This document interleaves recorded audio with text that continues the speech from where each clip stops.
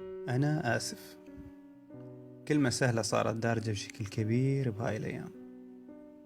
آسف على حلم عشته وشاركته مع إنسان حبك بكل جوارحه، بس صدقني الكلمة هذه ما تداوي جروح.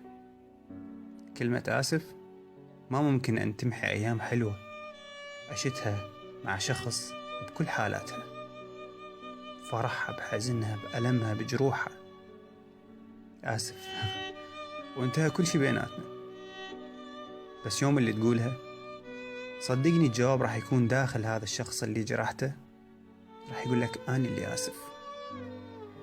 آسف على كل لحظة حلوة عشتها وياك، وآسف على كل المشاعر الصادقة اللي حسيتها تجاهك، لأن أنا كان كل همي إنه شلون أرضيك. بس اللي يحب عمره ما يكره. روح الله يوفقك وربي يسعدك، وراح يجي يوم الله يعوضني بإنسان يقدر هذه المشاعر، يقدر المشاعر الصادقة. بس صدقني أنا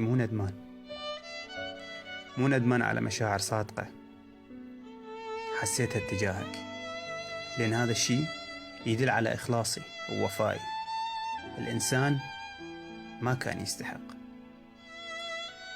والحياة تجارب وما حد يتعلم من غير تجربة. كلمة أخيرة أحب أقولها قبل لا تروح.